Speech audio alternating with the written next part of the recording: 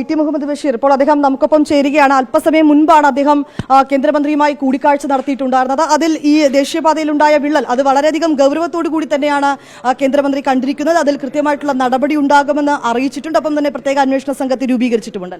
വളരെ ശരിയാണ്. വളരെ ഗൗരവമായിട്ടാണ് മിനിസ്റ്റർ ഇതിനെ കണ്ടത്, ഗവൺമെൻറ് കണ്ടിട്ടുള്ളത്. മാത്രമല്ല, ഒരു കാര്യം വാങ്ങിച്ച് നിവേദനം വാങ്ങിച്ച് അത് അങ്ങനെയല്ല, ഞങ്ങളുടെ മുമ്പിൽ വെച്ചാണ് അദ്ദേഹം കേരളത്തിൽ ഇതിനെ ബന്ധപ്പെട്ട ഉദ്യോഗസ്ഥരുമായിട്ട് ചീഫുമായിട്ട് സംസാരിച്ചു. എന്താ അവിടെ നടന്നത് അദ്ദേഹം കൂടെ വിശദീകരിച്ചു. അപ്പോൾ അദ്ദേഹം പറഞ്ഞു, എല്ലാ ജോലിയും കഴിഞ്ഞിട്ടുള്ള ഒരു സംഗതി അത് ഇടിഞ്ഞു പൊളിഞ്ഞ് താഴെ വീണത് ഗൗരവമായിട്ട് എടുക്കേണ്ടതാണ്. അതുകൊണ്ട് അദ്ദേഹം ഇങ്ങോട്ട് പറഞ്ഞു, ഞങ്ങൾ ഇതിനെപ്പറ്റി ആലോചിക്കുന്നുണ്ട് പറഞ്ഞു. സർവകക്ഷി എക്സ്പേർട്ട് കമ്മിറ്റി മിനിസ്റ്റർ പറഞ്ഞു, എക്സ്പേർട്ട് കമ്മിറ്റിയെ പറ്റി പറഞ്ഞു.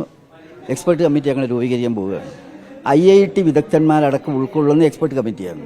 പ്രത്യേക അന്വേഷണ സംഘത്തെ രൂപീകരിച്ചോ? രൂപീകരിക്കാൻ നടപടി എടുത്തിട്ടുണ്ടെന്ന് പറഞ്ഞു. ഇതും പറഞ്ഞു, IIT വിദഗ്ധന്മാർ കൂടിയിട്ടാണ് ചെയ്യുന്നത്. വീഴ്ച വരുത്തിയവർക്കെതിരെ കർശന നടപടി മാത്രമല്ല, ഈ കരാറുകാരന് എടുത്ത കരാറിന് തന്നെ ഡിബാർ ചെയ്യുന്ന അടക്കം, ബാങ്ക് ഗ്യാരണ്ടി അടക്കം, അതിൽ ഹോൾഡ് ചെയ്യുന്ന വിധത്തിലടക്കമുള്ള നടപടികൾ സ്വീകരിക്കും എന്നിത്യാദി കാര്യങ്ങൾ. വളരെ അതിൻ്റെ ഒരു അർത്ഥശങ്കക്കിടയില്ലാത്ത വിധം ഇന്ത്യ ഗവൺമെൻറ് കാര്യത്തെ ഗൗരവമായിട്ട് കാണുന്നു. ഞാൻ കൊടുത്ത നിവേദനത്തിൽ ഈ കാര്യങ്ങളെല്ലാം ഉണ്ടായിരുന്നു. മാത്രമല്ല, നമ്മൾ മലപ്പുറത്തുണ്ടായ സംഭവം മാത്രമല്ല, ആ സംഭവങ്ങളെ പറ്റി നിങ്ങളെല്ലാം പ്രസിദ്ധീകരിച്ച ചിത്രങ്ങളൊക്കെ ഞാൻ മിനിസ്റ്റർക്ക് കൈമാറിയിരുന്നു. അതുകൂടെ തന്നെ വിവിധ മേഖലകളിൽ സമാന പ്രശ്നങ്ങൾ നിലനിൽക്കുന്നു. ഈ കാസർഗോഡ് ഉണ്ടായിട്ടുണ്ട്, കോഴിക്കോട് ഉണ്ടായിട്ടുണ്ട്. ഇവിടെ തന്നെ ഈ സംഭവം ഉണ്ടായതിൻ്റെ അപ്പുറത്ത് ഇതിൻ്റെ ക്രാക്ക് വീണ് കിടക്കുന്നുണ്ട്. അപ്പോൾ ഇതെല്ലാം തന്നെ മന്ത്രിയുടെ ശ്രദ്ധയിലുണ്ട്. കാര്യമായിട്ട് അദ്ദേഹം വളരെ നന്നായിട്ട് പ്രതികരിച്ചിട്ടുണ്ട്, ഓൺ ദ സ്പോട്ട് പ്രതികരിച്ചിട്ടുണ്ട്, നിർദ്ദേശം കൊടുക്കുകയും ചെയ്തിട്ടുണ്ട്. അപ്പോൾ വിഷയം നേരത്തെ തന്നെ അവിടെയുള്ള ആളുകൾ ചൂണ്ടിക്കാട്ടിയതാണ്. അത് ഞാൻ കൊടുത്ത നിവേദനം ഞങ്ങൾക്ക് അയക്കുന്നുണ്ട്.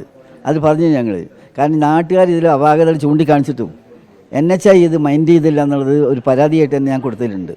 സ്വാഭാവികമായിട്ടും മന്ത്രിയെ അതിൽ എടുത്ത സമീപനത്തിൽ എനിക്ക് വലിയ താല്പര്യമുണ്ട്. കാരണം വെച്ചാൽ അങ്ങനെയല്ല, എങ്ങനെ ഒഴിയണമെന്നല്ല, എൻ്റെ ഡിപ്പാർട്ട്മെൻറ്റ് സംഭവിച്ചൊരു സംഗതിയെ ഗൗരവമായിട്ട് എടുത്തിട്ട് വിദഗ്ധ സംഘത്തെ പഠിച്ചിട്ട് ഇനി നമ്മൾ അവരുടെ ഭാഗത്ത് തന്നെ വേറെ എന്തെങ്കിലും ഇപ്പോൾ ഉദ്യോഗസ്ഥന്മാരുടെ ഭാഗത്ത് മറ്റോ എന്തെങ്കിലും വീഴ്ചയുണ്ട് അതും കൂടി കണ്ടെത്തി കുറ്റമറ്റതാക്കണമെന്നുള്ള ഒരു സമീപന രീതിയാണ് അദ്ദേഹം എടുത്തത് അക്കാര്യത്തിൽ.